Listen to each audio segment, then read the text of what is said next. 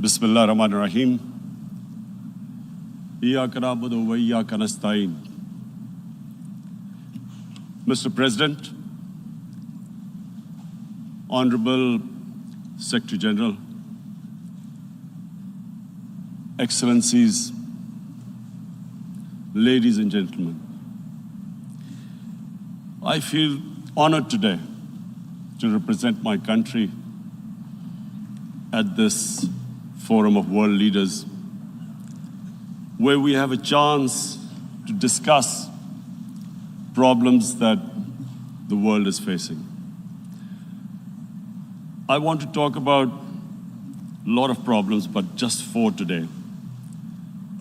And I especially came to this forum despite a difficult time in my country, facing challenges. I would not have come, but because I feel that there are some very urgent problems which the world must address. So first of all, I start with climate change. So many leaders have talked about climate change. But Mr. President, I feel that there is a lack of seriousness.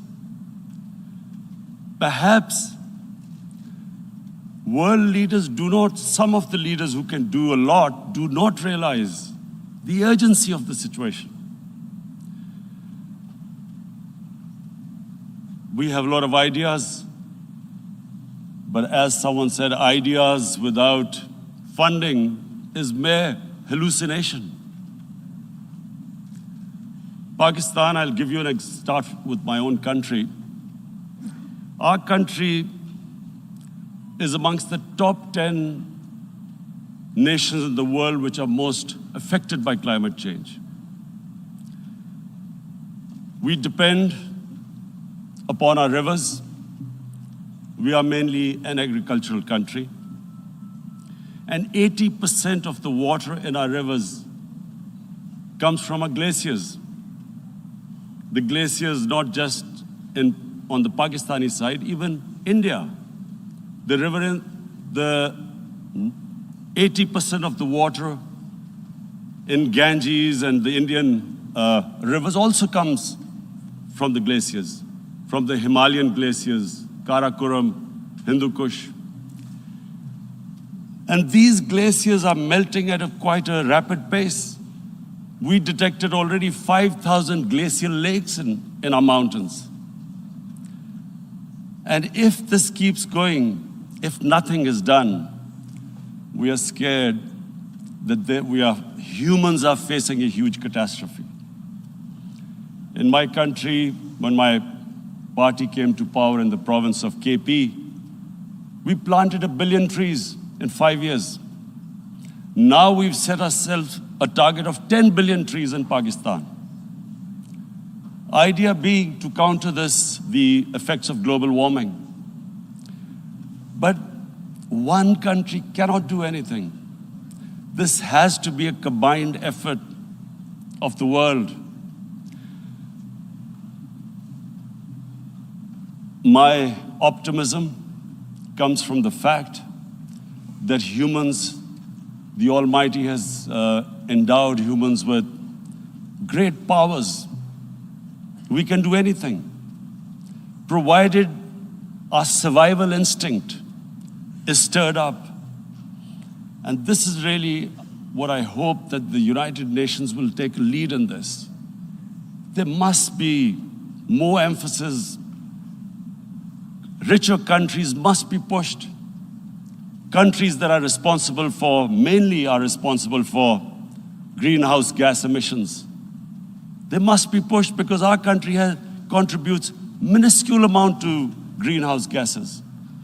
So I feel that the United Nations must take leadership in this. My second issue for me right now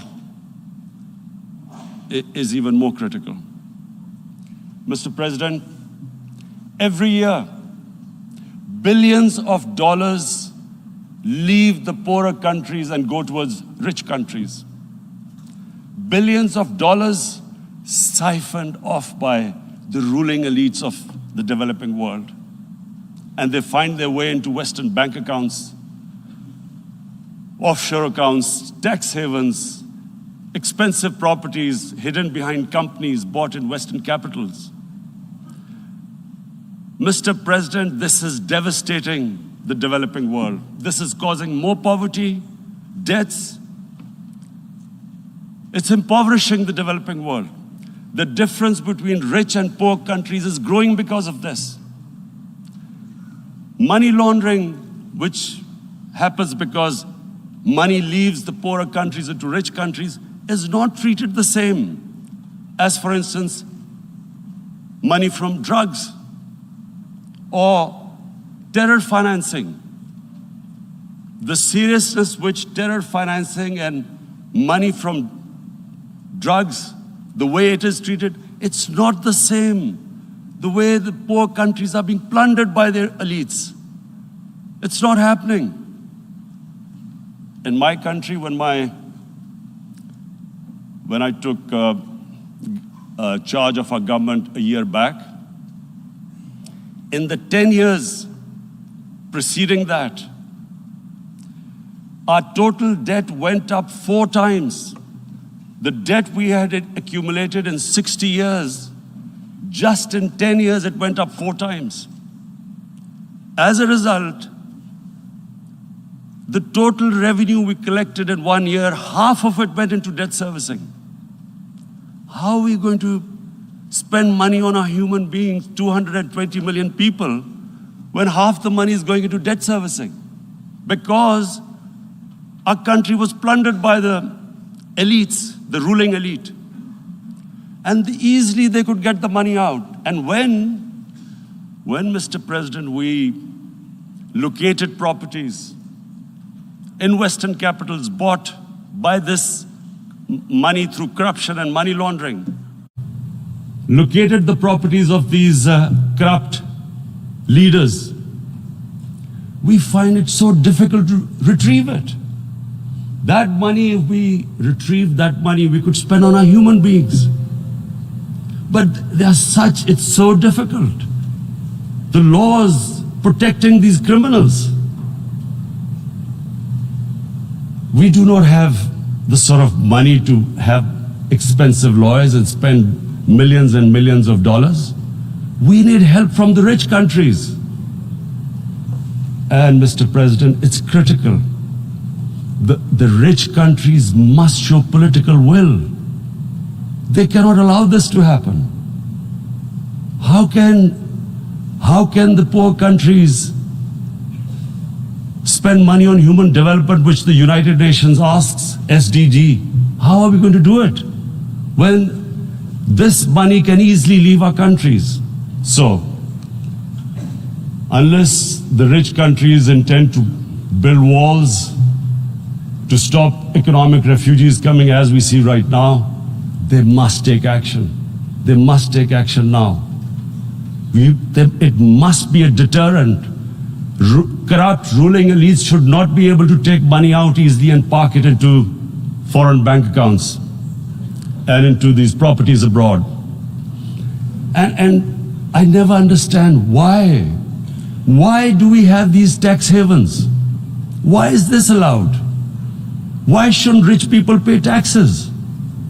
Why is it legal to have these tax havens where you have these secret accounts? Because, world is changing. The population of the world is growing. Sooner or later, you're going to have a crisis. If the poor get poorer and the rich get richer, there is going to be a crisis sooner or later. So this is my second point. I hope that the United Nations takes a lead in this. It involves the IMF, the World Bank, Asian Development Bank. They must find a way of stopping this plunder of the developing world. My third point is Islamophobia. There are 1.3 billion Muslims in this world. There are millions of Muslims living in other countries, European countries, in the US, as minorities. Islamophobia since 9/11 has grown at a pace where it is alarming. Human communities live together. There should be understanding amongst them. But Islamophobia is creating a division. Muslim women wearing hijab, it's become an issue. It's become an issue in some countries. Hijab is some sort of a weapon. A woman can take off her clothes in countries, but she can't put on more clothes. How is this happening? Because of Islamophobia.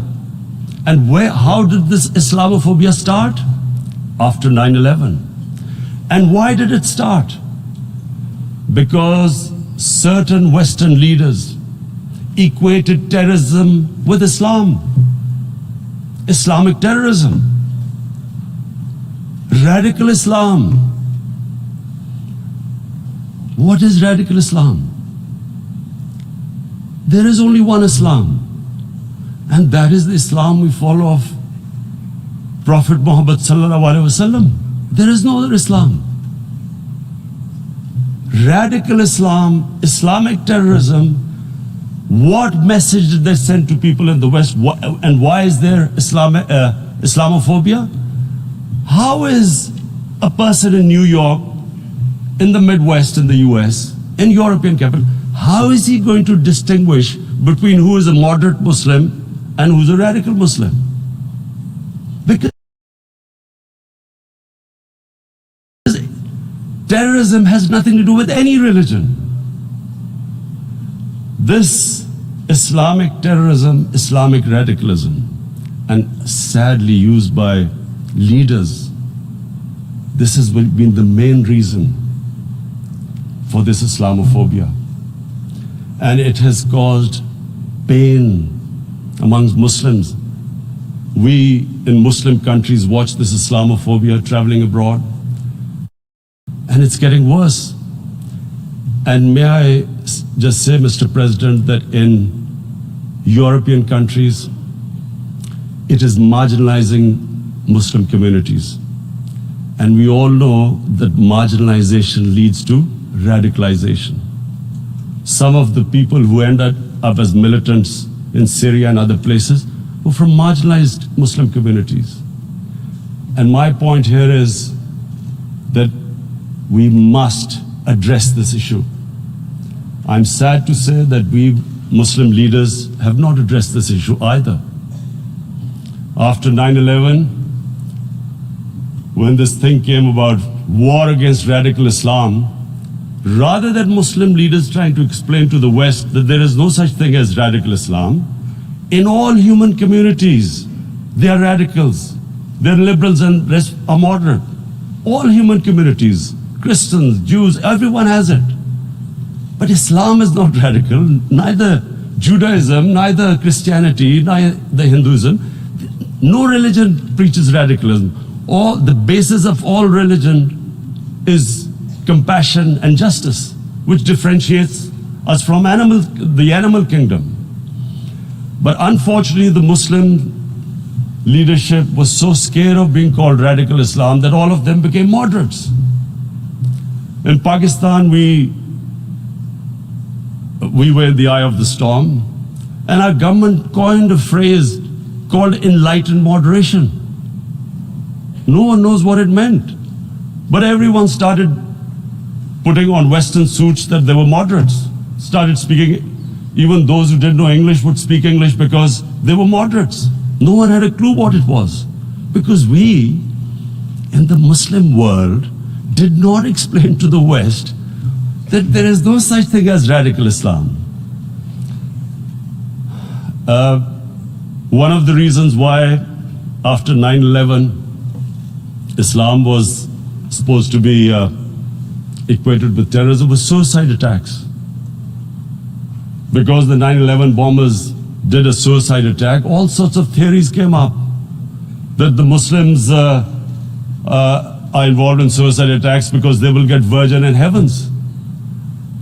Some came up with, what about women? Suicide attackers. So this bizarre thing happened.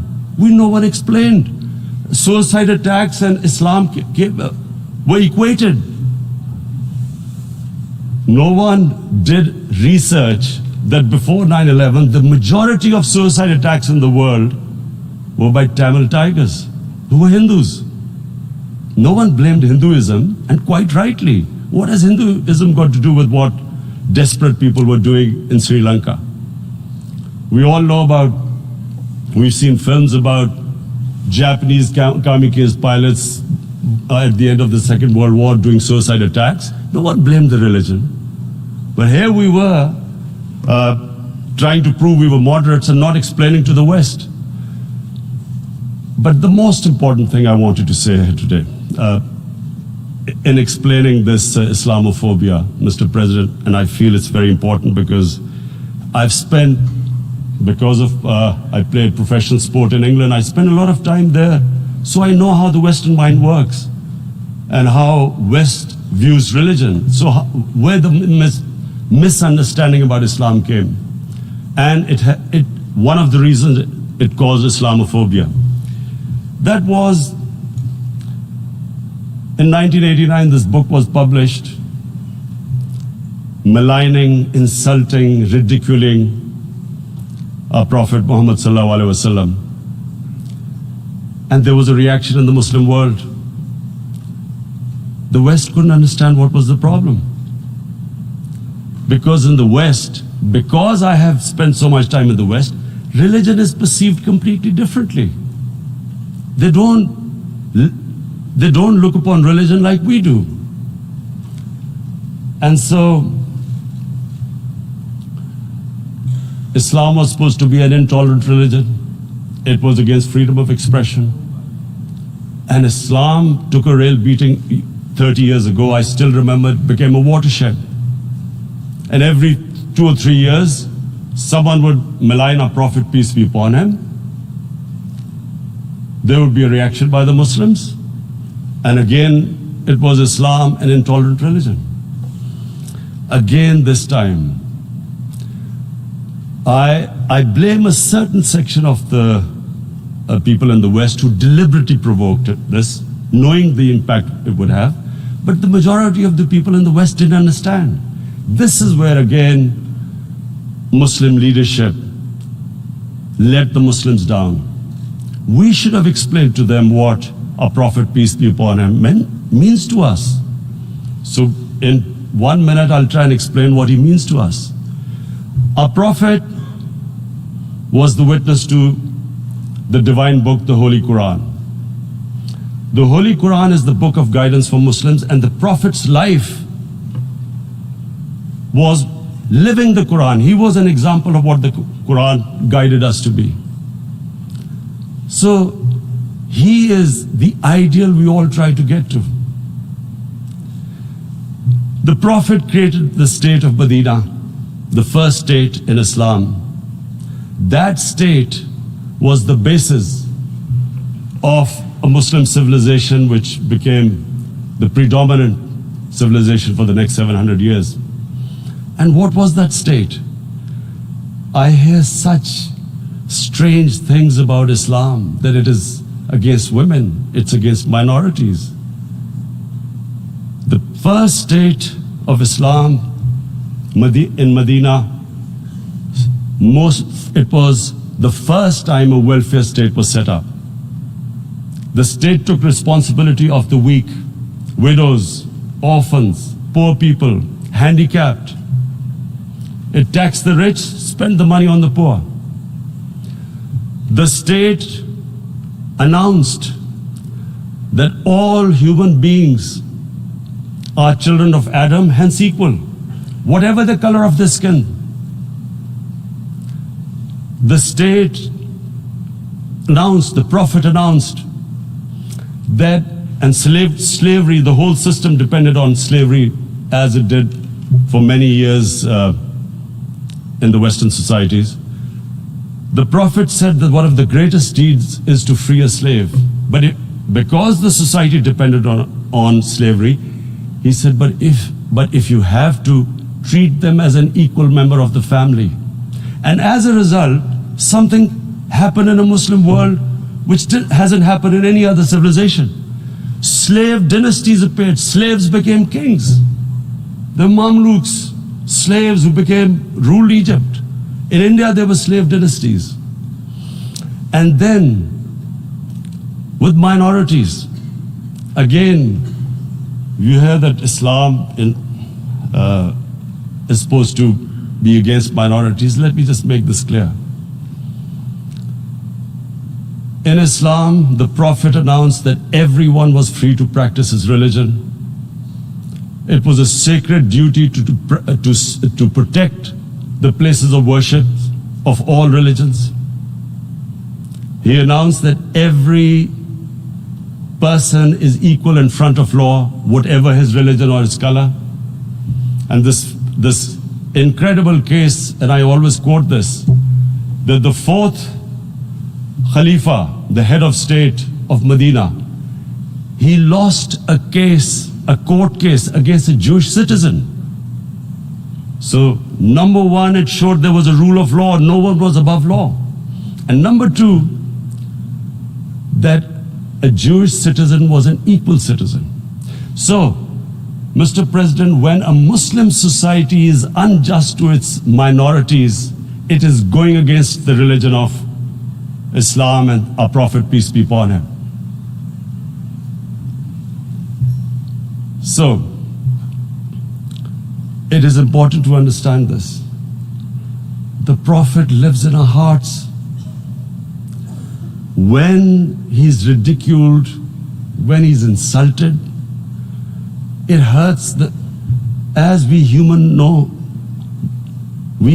beings understand one thing, the pain of the heart is far, far, far more hurtful than physical pain. And that's why the Muslims react. And I always thought that if I ever had this stage, I would try and explain this to the world community, especially to the Western community, because having lived in the Western community, people didn't understand this. When I first went as a teenager to England, there was a comedy film on Jesus Christ. It's unthinkable in Muslim societies. So we need to explain that, look, in a human community, we must be sensitive to what causes pain to other human beings. We have,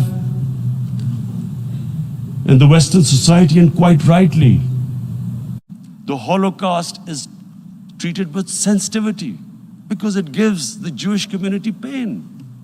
That's all we ask.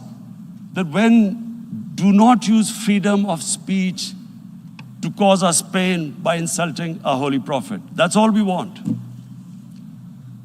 And now, the number fourth point, Mr. President, and this is the most critical point, is the reason why I especially came here. It is about what is happening in Kashmir. Before I go on this, I want to make one thing clear, that when we came to power, my first priority was that Pakistan would be a country which will try its best to bring peace. We had been through this war on terror. We joined the United States war on terror after 2001. And Pakistan went through one of its worst periods where 70,000 Pakistanis died and over 150 billion was lost to our economy. And Mr. President, I opposed the war because in the 80s, Pakistan had joined the Western countries in what was the freedom struggle then in Afghanistan against the Soviets. And it was funded by the Western countries. These Mujahideen groups, which were treated in guerrilla warfare, were trained by Pakistan Army, funded by the Western countries, and especially US, and they waged what was a freedom struggle in Afghanistan. The Soviets called them terrorists. We called them freedom fighters. 1989, the Soviets retreated. The Americans packed up and left. Pakistan was left with these groups. Come 9/11, Pakistan joined the United States in this war on terror. And now our government was supposed to, the reason why I opposed joining this war, because here we had indoctrinated them in jihad, meaning freedom struggle against foreign occupation. Now, because we had joined the US and the US had occupied Afghanistan, now we were supposed to tell them that no, this is not freedom struggle and jihad, it's terrorism. So that's why I tried to tell then government that, stay neutral, because you will have leverage over them. You will be able to control them. But if you join them, you become collaborators and they will attack you, which is what happened. They turned against us. We went through a nightmare. 70,000 people killed in a war we had nothing to do with. No Pakistani was involved in 9/11. Taliban were in Afghanistan. Al-Qaeda was in Afghanistan. What had we to do with it? 70,000 Pakistanis died. So when we came to power, we decided that we would dismantle what was left of these groups.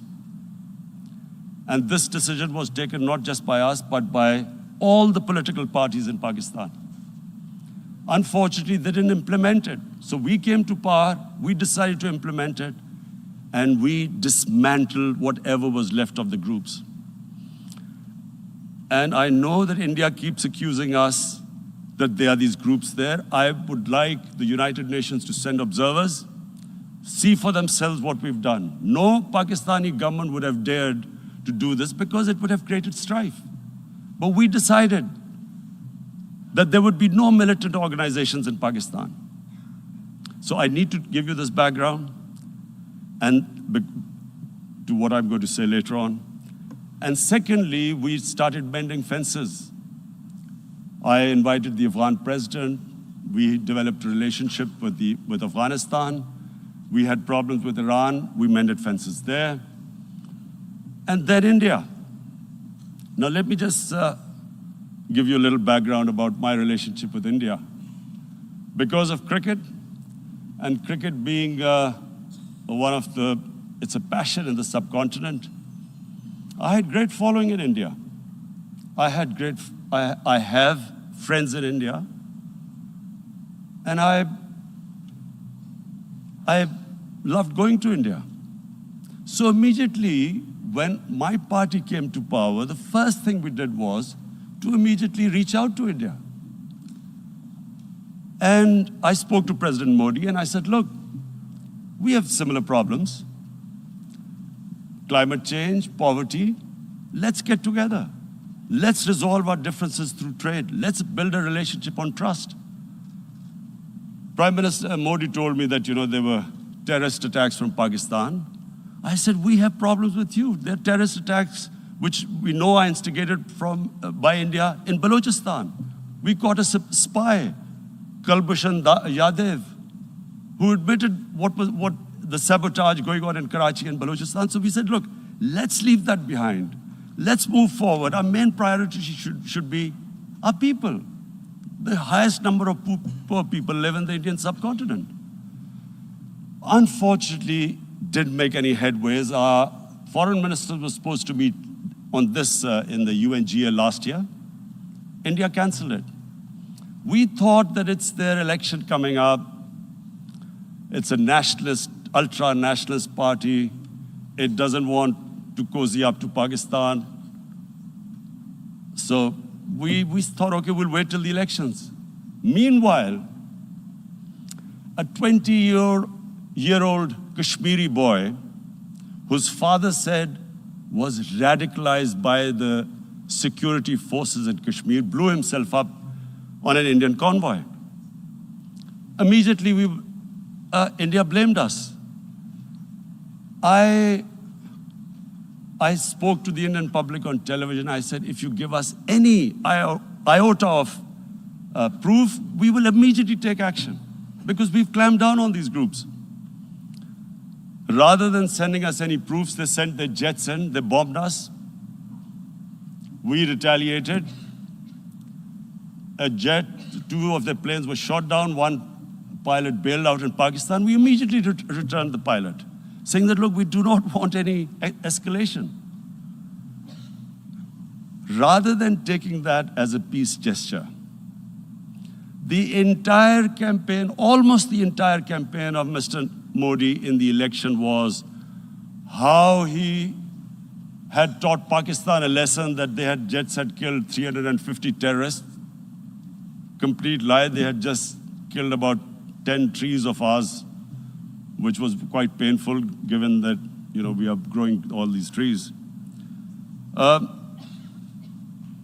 He then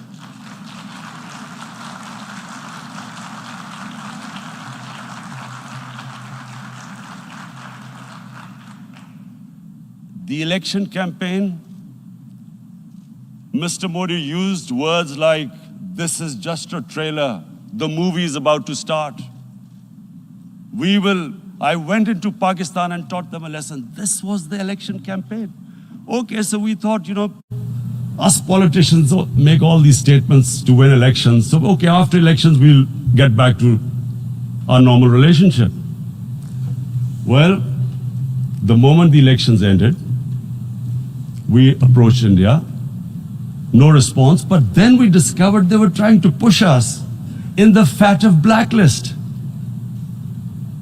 to bankrupt us. That's when we realized there was an agenda.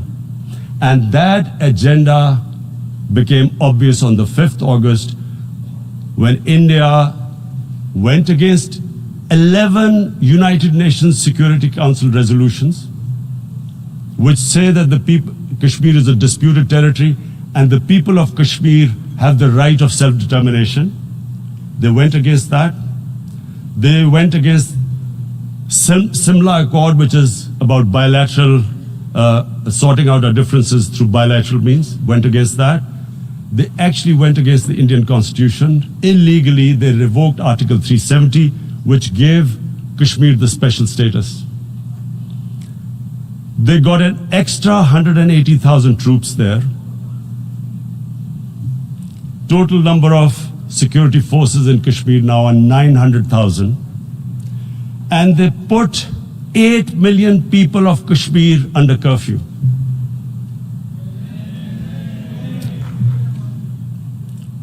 Mr. President, now I just briefly want to make the people understand, how can anyone do something like this? And for that, I have to explain to you what is RSS. RSS, Mr. Narendra Modi is a life member of RSS. RSS was an organization that was inspired by Adolf Hitler and Mussolini, came about in 1925. They believed in racial purity, racial superiority. They also believed they were an Aryan race like the Nazi believed they were an Aryan race. All that I'm saying can be verified. This is the time of information revolution. You can Google all this, what I'm saying. But it is very important for me to explain this to you so you know what is happening in India. This RSS believed in the ethnic cleansing of Muslims from India. At one point, there was racial superiority of the Hindu race. Secondly, it was hatred for the Muslims and for the Christians because they believed that this golden age of Hindu civilization was stopped because of Muslim rule centuries back and then the British rule of India. So it was racial superiority and hatred for Muslims and Christians. This is openly stated. You look at the founding fathers of RSS, Golwalkar and Savarkar. Just Google them and you'll find out. And this ideology of hate is what murdered the great Mahatma Gandhi in 1948. It was this ideology of hate that made Narendra Modi in 2002 do a pogrom against Muslims in Gujarat when he was the chief minister. He allowed 3 days for these RSS goons who were inspired by the Hitler brown shirts. They actually wear brown shirts. This RSS, the Congress Home Minister gave a statement that in RSS camps, terrorists are being trained. And these terrorists butchered 2,000 Muslims and 150,000 Muslims were made homeless. Narendra Modi could not travel to the US because of that. And I need to make you understand this background before I explain to you that what sort of a mindset would lay siege to 8 million people with 900,000 troops. Women, children, sick people, locked in as animals. In fact, of what I know of England, if 8 million animals were locked in, the RSPCA would have made a lot of noise about it. These are human beings.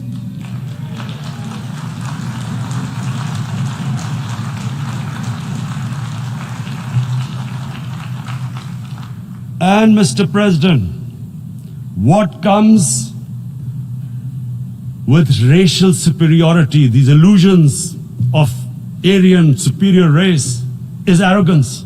The two go together. And it's arrogance that makes people make mistakes and do stupid things. Cruel things like what Narendra Modi has done. It's sheer arrogance. And it's arrogance that has blinded him from the fact that what is going to happen when the curfew is lifted. Has he thought about it? This hasn't been thought through. What is he going to do when he lifts the curfew? Does he think that people of Kashmir will quietly accept the status quo because India has changed the constitution and taken away the special status? They'll accept that? Mr. President, 100,000 Kashmiris have died in the past 30 years because they were denied the right given by the United Nations, the right for self-determination. 100,000 have died and 11,000 women have been raped. There are 2 United Nations human rights reports on this. The world hasn't done anything because India is a huge market, 1.2 billion people. Sadly, the material prevails over the human. But this has serious consequences. Again, I repeat, that's why I'm here. Look, what is going to happen when the curfew is lifted will be a bloodbath. The people will come out. There are 900,000 troops there. They haven't come to, as Narendra Modi says, he's done this for prosperity of Kashmir. This is supposed to be for the development. These 900,000 troops, what are they going to do when they come out? There'll be a bloodbath.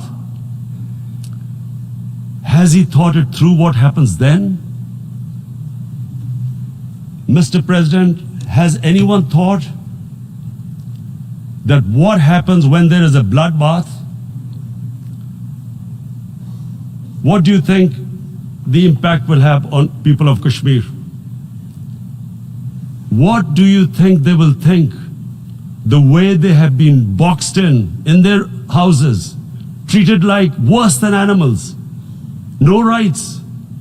Thousands of all the political leadership has been arrested, taken out of Kashmir. Even those Kashmiri leaders who were pro-India have been taken out. 13,000 boys have been picked up and taken to God knows which destinations. So what do they think? What will the people of Kashmir do when they lift the curfew? They will be out in the streets. And what will these soldiers do? They will shoot them. They've already used pellet guns, blinded young boys. In the last 6 years, the 5 years, the oppression that has gone on in Kashmir. And so, Kashmiris will be further radicalized. Mr. President, there will be another Pulwama. And guess what? India will blame us. They're already blaming us. They're saying all this is happening because of Pakistan. One of their defense ministers said there are 500 terrorists lined up on the border to go in. Why would Pakistan send 500 terrorists when there are 900,000 troops? What impact are they going to make? What will they do? And why would? Don't we know that the moment there is some terrorist attack, all that will happen is there'll be further cruelty and oppression of the people of Kashmir. We will just give the 900,000 troops to further crush the people of Kashmir. And then we'll give the Indian government an excuse that, look, Pakistan is a terrorist state, and this mantra that has gone on, Islamic terrorism. The moment you use this catchword, Islamic terrorism, the whole world turns away. No one talks about human rights. You can do whatever you want, which is what has happened in Kashmir, because they keep using this word, Islamic terrorism. And this is what they're doing right now. What do we benefit from further increasing the cruelty on the people of Kashmir? And why would we want this? But there is no other narrative left for India. As when they lift the curfew, whatever happens, Pakistan will be blamed, and there is always a danger of another Pulwama. They might come and bomb us again, and then another cycle might start. And what does Narendra Modi think? That 180 million Muslims of India are thinking right now. Aren't they watching these Kashmiris stuck inside for 55 days they've been stuck in? Aren't they watching? What do you think? Don't you think that the Muslims will be radicalized in India? And I'm talking about 180 million people. And when they get radicalized, there will be some incident in India somewhere down the line. Again, we will be blamed. And I'm warning you right now, again, we will be blamed. And Mr. President, what about 1.3 billion Muslims who are watching this? And they know that it is only happening in Kashmir because they're Kashmiri Muslims. This is not happening to Kashmiri Hindus. They know that this is happening because of their religion. So what do you think they will be thinking? What do you think the Jewish community would think if they were, forget 8,000 Jews stuck like this? What do you think Europeans would think? What do we think? I mean, any human community, if their members are stuck like that, what do you think they will think? Are we a children of a lesser God? Is it not going to cause us pain? And then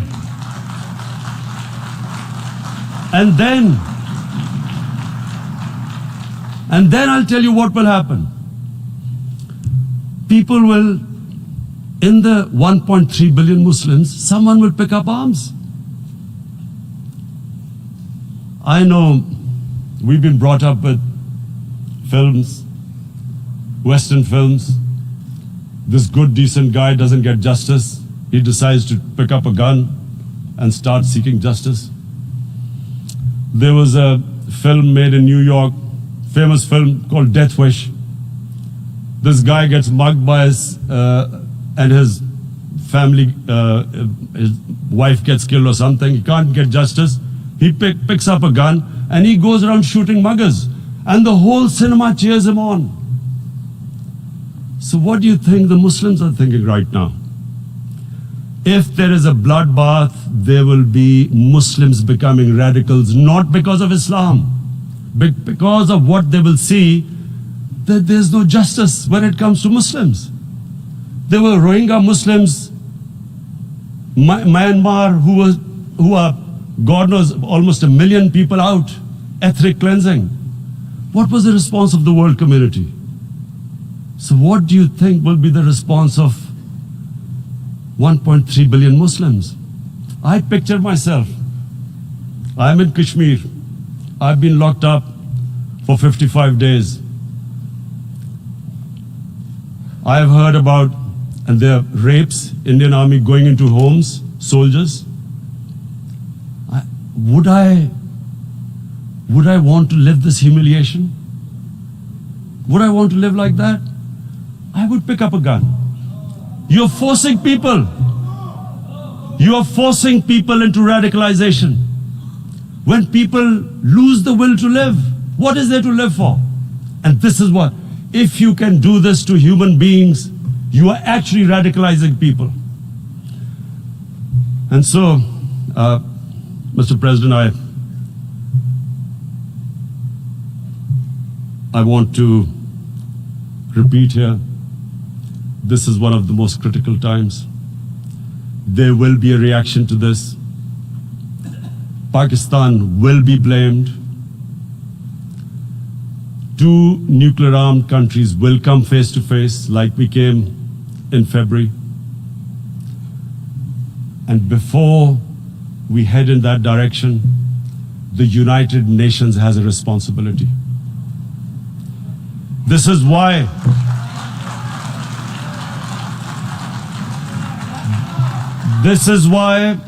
the United Nations came into being in 1945. You were supposed to stop this happening. I feel we are back to 1939, Munich. Czechoslovakia has been taken, annexed. What is the world community going to do? Is it going to appease a market of 1.2 billion, or is it going to stand up for justice and humanity?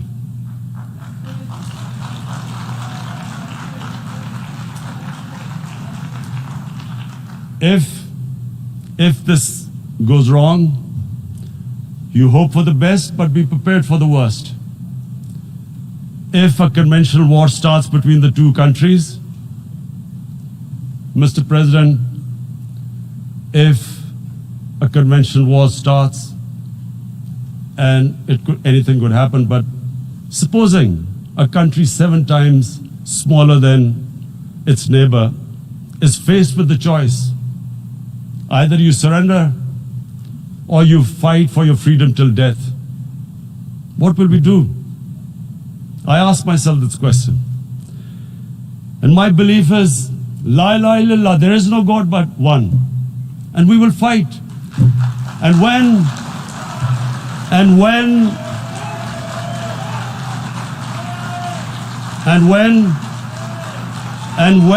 a nuclear-armed country fights to the end, it will have consequences far beyond the borders. It will have consequences for the world, which is why I repeat I'm here. Because I'm warning you, it's not a threat. It's a fair worry that where are we headed? And I've come here to tell the UN, you've got to, this is a test for the United Nations. You are the one who guaranteed the people of Kashmir the right of self-determination. They are suffering because of that. And this is the time.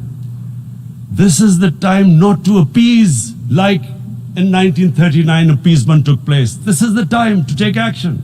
And number 1 action must be that India must lift this inhuman curfew, which has lasted for 55 days. It must free all political prisoners, and especially those 13,000 boys that have been picked up. Parents don't know where they've disappeared. And then the world community must give the people of Kashmir the right of self-determination. Thank you. En nombre de la Asamblea General agradezco al señor Primer Ministro de la República Islámica de Pakistán la declaración que acaba de formular y pido protocolo que acompañe a su excelencia. La Asamblea escuchará un discurso del Primer Ministro de la República Helénica, Su Excelencia Kyriakos Mitsotakis.